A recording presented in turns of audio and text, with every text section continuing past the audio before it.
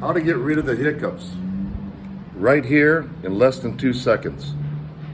Lime juice in a glass or shot glass.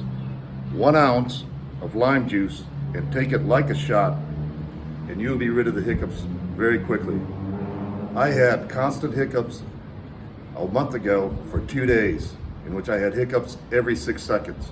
And we tried everything and it didn't work. Now hopefully this can help everybody out. Have a great day. But take lime juice, 1 ounce, and shoot it like a shot at the bar, and it works. Thank you.